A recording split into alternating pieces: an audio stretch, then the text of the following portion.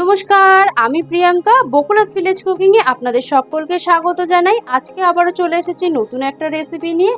আজকে যে রেসিপিটা করে দেখাবো আপনাদের, তেল ঝাল মশলা খুবই কম দিয়ে এই রান্নাটা করে দেখাবো।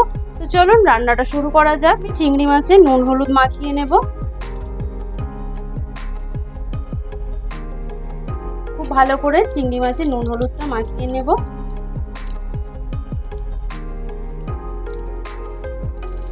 চিংড়ি মাছে নুন হলুদ মাখানো হয়ে গেছে। এদিকে কড়া বসিয়ে দিয়েছি। আমি এখানে রান্নাটা সাদা তেলে করব, আপনারা চাইলে সরষের তেলে করতে পারেন। তেলটা খুব ভালো করে গরম করে নেব। তেলটা গরম হয়ে গেছে, এবার আমি চিংড়ি মাছগুলো দিয়ে দেব।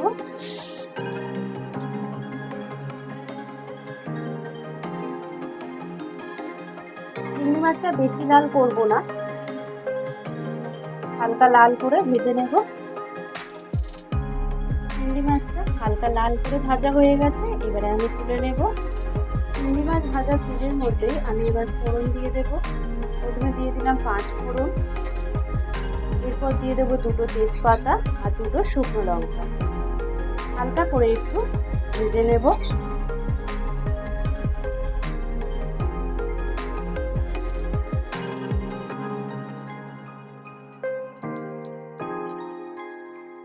হালকা করে ভেজে নিয়েছি, এবার আমি দিয়ে দেব পেঁয়াজ কুচি আর চিড়ে রাখা কাঁচা লঙ্কা।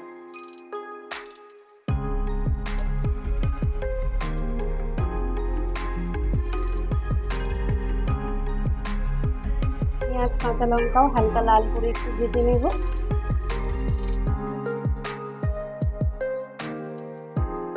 পেঁয়াজটা হালকা লাল করে ভেজে নিয়েছি, এবারে দিয়ে দেবো কেটে রাখা আলু। আমি এখানে আলু ব্যবহার করছি, আপনারা চাইলে নাও আলু দিতে পারেন। আলুটাও একটু নাড়াচাড়া করে 2-1 সেকেন্ড খুব ভালো করে ভেজে নেব।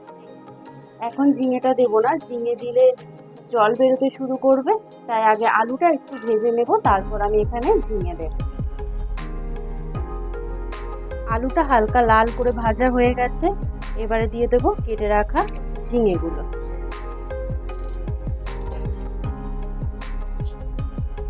ভালোভাবে এবারে মিশিয়ে নেব।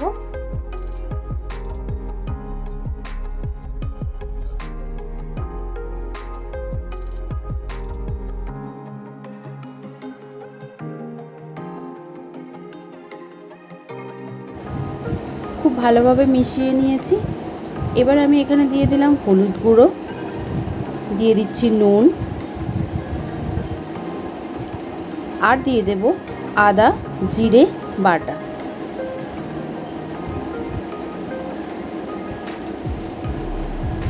খুব ভালোভাবে মশলার সঙ্গে আলু ঝিঙেটা মিশিয়ে নেব।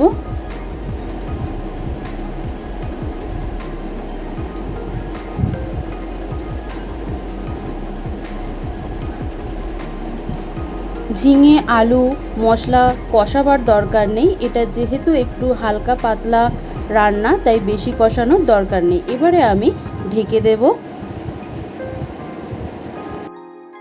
এবারে একবার ঢাকনাটা খুলে দেখে নেব।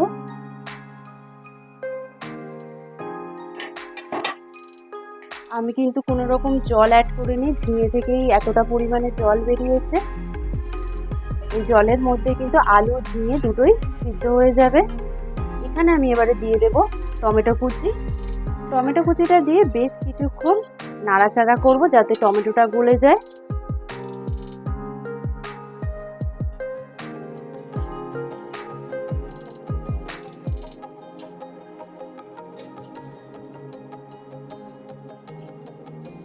টমেটোটা খুব ভালোভাবে নরম হয়ে গেছে, এবার আমি এখানে দিয়ে দেব আগে থেকে ভেজে রাখা চিংড়ি মাছ। চিংড়ি মাছ দিয়ে খুব ভালোভাবে মিশিয়ে দেব।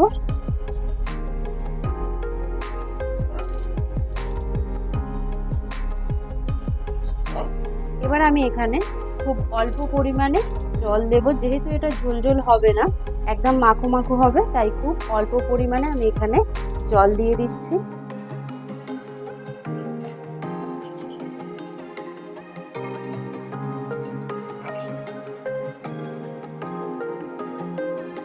এবারে আমি ঢেকে দেব।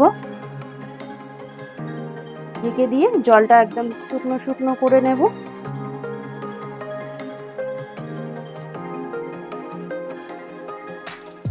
এবারে আমি একবার ঢাকনাটা খুলে দেখে নেব।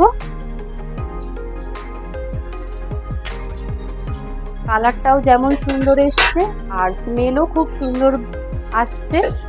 এবারে আমি স্বাদটাকে একটু ব্যালেন্স করার জন্য খুব সামান্য পরিমাণে চিনি দিয়ে দিচ্ছি।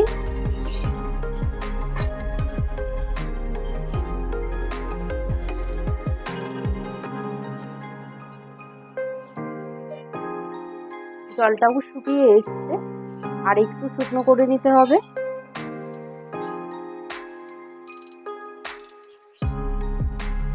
আলু একদম সিদ্ধ হয়ে গেছে।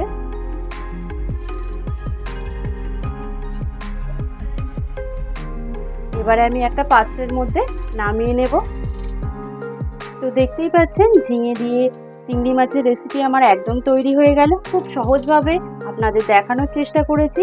রেসিপিটা যদি ভালো লাগে তাহলে অবশ্যই বাড়িতে এইভাবে একবার বানিয়ে গরম গরম ভাতের সাথে পরিবেশন করুন।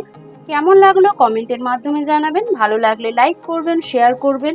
আমার চ্যানেলে নতুন নতুন রেসিপি পাওয়ার জন্য চ্যানেলটা সাবস্ক্রাইব করে পাশে থাকা বেল আইকনটি প্রেস করে রাখবেন, যাতে আমি ভিডিও দেওয়ার সাথে সাথে আপনারা খুব সহজেই দেখতে পান। আর যারা ফেসবুক পেজ থেকে দেখছেন পেজটা অবশ্যই ফলো করে দেবেন। আবারও দেখা হবে খুব তাড়াতাড়ি নতুন একটা ভিডিওর সাথে।